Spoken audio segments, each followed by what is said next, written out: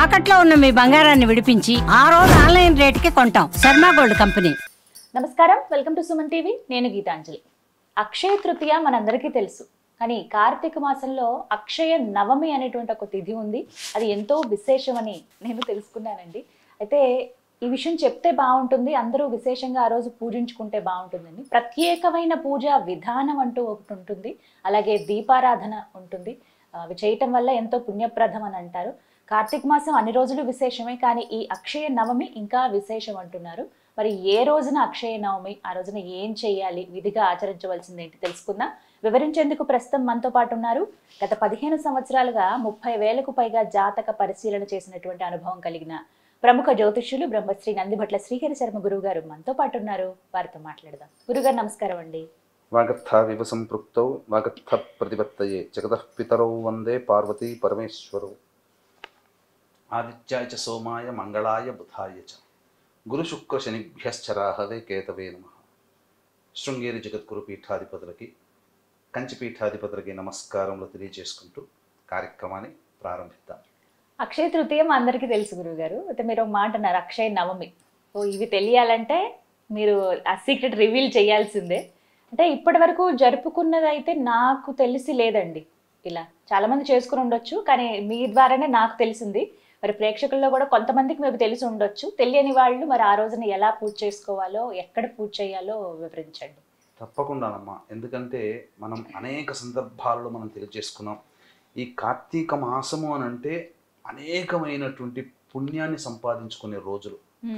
అంటే మానవులు ఎట్లా ఉంటారంటేనమ్మా, అంటే ఒకటి చూస్తే జాలి వేస్తుంది, బాధ కలుగుతుంది, కోపము కూడా వస్తుంది మానవుల యొక్క చర్యల్లో.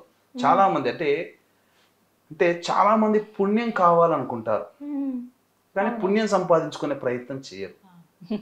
కరెక్ట్. అలాగే పాపం పోగొట్టుకోవాలనుకుంటారు, పుణ్యాన్ని సంపాదించుకునే ప్రయత్నం చేయరు. పుణ్యం కావాలంటారు, కానీ పాప పనులే చేస్తుంటారు. ఎలా అమ్మా? అందుకని కొన్ని మంచి రోజులు అంటూ ఉన్నాయి. తూచా తప్పకుండా పాటిస్తే ఇతర మతాల్లో కూడా కొన్ని వాళ్ళ మతానుసారంగా వాళ్ళకు వచ్చే పండుగల్లో పాటిస్తున్నారు, మన వాళ్ళు పాటిస్తున్నారు. కాకపోతే ఇతర మతాల వాళ్ళు, ఆ వర్గం వాళ్ళు మొత్తం పాటిస్తున్నారు, మనం దాంట్లో భక్తి ఉన్న వాళ్ళు మాత్రమే పాటిస్తున్నారు. అదే తేడా. అందుకనే మనము ఎన్నో సమస్యలకు, ఎందుకంటే మానవులకు అందరికీ కూడా ఎట్లా అంటేనమ్మా, స్విచ్ చేయగానే బల్బ్ వెలిగినట్టుగా, ఫోన్ ఎత్తగానే వీడియో కాల్ చేయగానే మనిషి కనబడిపోతున్నాడు. ఇలా చిటికేస్తే కావాలి పనులు అనే అత్యాశ మానవుని ఇబ్బంది పెడుతుంది. కాబట్టి ఇది కాదమ్మా. అందుకనే అనేక యుగాలుగా మనకు సంబంధించినటువంటి ఎన్నో వ్రత నియమాలు, పూజా విధానాలు మనకున్నాయి. అవి దేశ ప్రాంత ఆచార ప్రకారం కొన్ని చోట్ల ఎక్కువగా చేస్తారు, కొన్ని చోట్ల తక్కువగా చేస్తారు.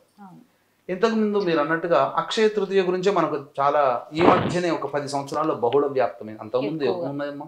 అక్షయ తృతీయ అంటే ఏదో మామూలుగా ఇంట్లో చేసుకునే చిన్న పూజ, కానీ దాన్ని గొప్పగా చేసుకుంటున్నాం. మంచిదే, తప్పేమీ లేదు. అలాగే అక్షయ నవమి కూడా ఉందమ్మా. ఈ అక్షయ నవమి ప్రధానంగా మనం ఇంట్లో చేసుకునేటువంటి పండుగనే. ఇది నార్త్ సైడ్ లో ఎక్కువగా పాటించేటువంటిది. కాబట్టి ఈ రోజున ప్రధానంగా ఉసిరి చెట్టు దేవత ఆరాధన చేయమని శాస్త్రం. ఎప్పుడు వచ్చిందండి మనకి? ఇది 31వ తారీఖు అమ్మా. 31వ తారీఖు నవమి ఉదయం 9:25 వరకు ఉన్నది. కాబట్టి ఈ లోపలనే ఆ సంబంధించినటువంటి కార్యక్రమం జరిపించుకోవాలి. ఈ యొక్క అక్షయ నవమి రోజునే సత్యయుగం ప్రారంభమైంది, కృతయుగం. ద్వాపర యుగం కూడా ఈ నవమి నాడే ప్రారంభమైందని చెప్పి ఆ సూక్తి ప్రకారమే ఎవరైతే గొప్ప దీర్ఘాయువు కావాలి అని అనుకుంటారో, ఎందుకంటే సత్యయుగం కదమ్మా. సత్యయుగంలో అస్థిగత ప్రాణ, ఎముకలు ఉన్నంత వరకు వాళ్ళ జీవితం. అందుకనే 17,28,000 సంవత్సరాల వరకు వాళ్ళు జీవించారు ఆ కాలంలో. ఆ యుగ ప్రమాణం అంతా.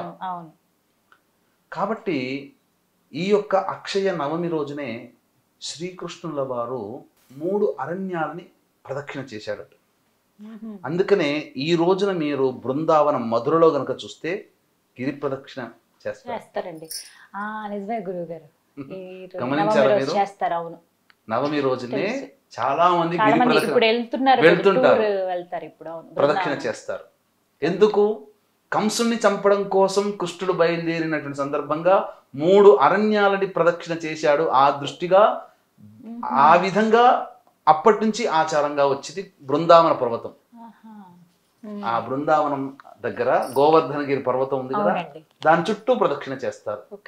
గిరి ప్రదక్షిణ మనకు ఎలాగైతే కార్తీక మాసం అరుణాచలం పౌర్ణమికి ఎలా అయితే ఉంటుందో, ఇలాగే ఈ గిరి ప్రదక్షిణ కూడా కార్తీక నవమి రోజునే చేస్తారు.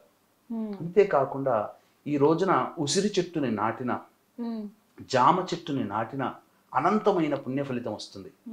ఈ రోజున లక్ష్మీదేవి విష్ణువు ఉసిరి రూపంలో ఉంటారు. కాబట్టి ఉసిరి చెట్టు కింద శివలింగాన్ని, సాలగ్రామాన్ని పూజ చేసి, అభిషేకం చేసి, అర్చన చేసి ఎవరైతే దానం చేస్తారో వాళ్ళకి ధనధాన్యాదికి లోటు ఉండదని శాస్త్రం. ఈరోజు పూజ చేసిన ఉసిరి గింజలని ఆకుపచ్చ గుడ్డలో కట్టి ధనాగారంలో కానీ బీరువాలో కానీ పెడితే సంపద వృద్ధి చెందుతుందని శాస్త్రం అమ్మ. కాబట్టి ఈ రోజున కూడా చాలా నియమంగా ఉండమని శాస్త్రం. దీపారాధన చాలా విశేషమైనటువంటి ఫలితాన్ని ఇస్తుంది ఈ యొక్క అక్షయ నవమి రోజున. చాలా మందికి తెలిసింది మీరు అన్నట్టుగా అక్షయ తృతీయ రోజున ఈ సంబంధించినటువంటి ఏదైనా వెండి బంగారం కొనుక్కుంటే సంపద వృద్ధి అవుతుందో, ఈ రోజున కొనుక్కొని పెట్టుకున్నా లేదా ఈ రోజున సంబంధించినటువంటి ఇంట్లో ఉన్నటువంటి బంగారానికి ఆవు పాలతో శుద్ధి చేసి పూజ చేసిన సంపద వృద్ధి అవుతుంది. ఏ బంగారం అయితే కొంటే వృద్ధి అవుతుంది అన్నారో అటువంటి ఆ బంగారాన్ని ఇంట్లో ఆవు పాలతో చక్కగా కడిగి పూజ చేసి అర్చన చేసుకున్న బంగారాన్ని అర్చన చేసుకున్నా అది సంపద 100 రెట్లు అవుతుందని చెప్పి శాస్త్రం. ఈ రోజున ముఖ్యంగా జామకాయని తినాలి, ఉసిరికాయల్ని దానం చేయాలి. ఇది శాస్త్రం. వ్యాసుడు చెప్పాడమ్మా ఈ రోజున.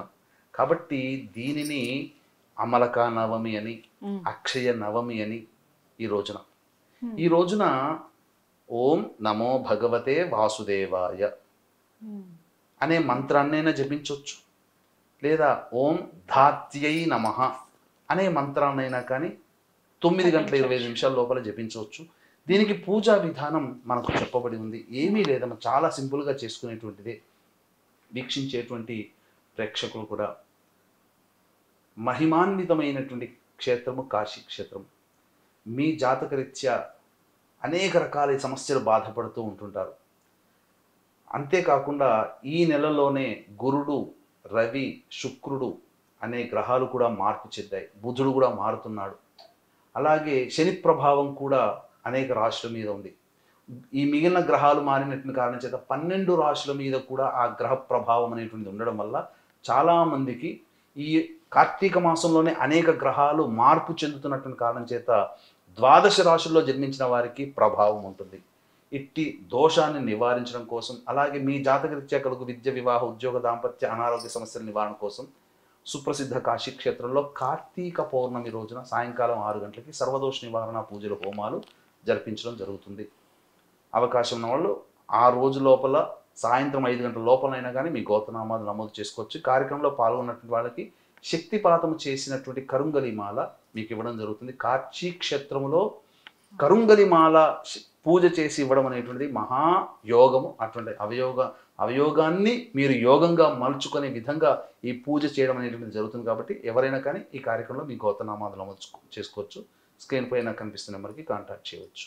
ఉదయాన్నే లేచి కాలకృత్యాదులు తీర్చుకొని ఇంట్లో వాస్తు శాస్త్ర ప్రకారం ఉసిరిక చెట్టు ఎక్కడ నాటాలో ఆ విధంగానే నాటవచ్చు. లేదా ఈ రోజున వనభోజనం ఏర్పాటు చేసుకోండి అమరిక. ఎందుకంటే కేవలం కార్తీక మాసంలో ఉసిరిక చెట్టు దగ్గర వనభోజనం చేయాలని శాస్త్రం.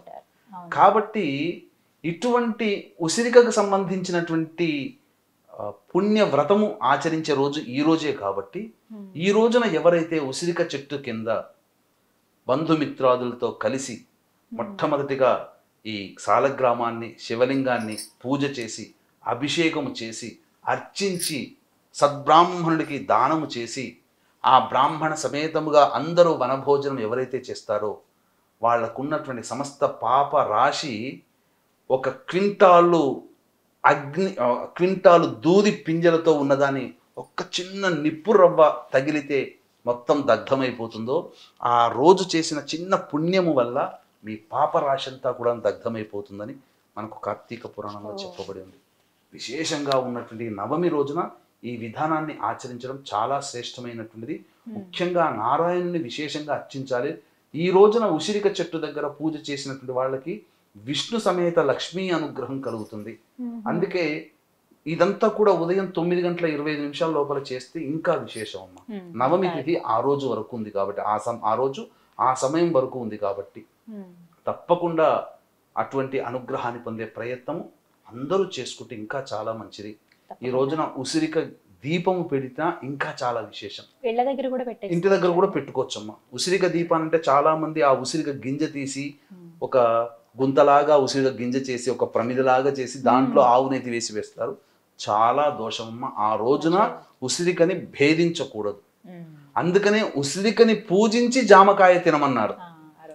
జామకాయ చెట్టుని నాటిన, జామకాయ చెట్టు దగ్గర కూర్చొని భోంచేసిన, ఉసిరిక చెట్టు నాటిన, ఉసిరిక చెట్టు దగ్గర భోజనం చేసిన సమస్త పాపాలు దగ్ధమవుతాయి అని మనకు శాస్త్రంలో ఉంది. కాబట్టి ఈ విధానాన్ని ఎల్లరూ ఆచరించండి.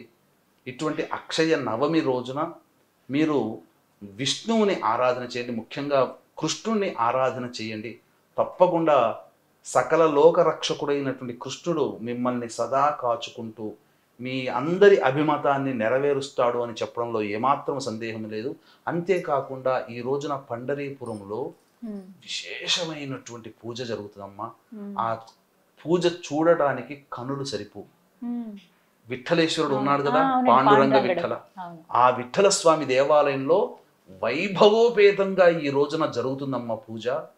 అసలు 2 కళ్ళు సరిపో, అంత గొప్పగా పండరీపురంలో జరుగుతుంది. విఠల విఠల విఠల అనుకున్నా మనకు పుణ్యమే అని చెప్పవచ్చు.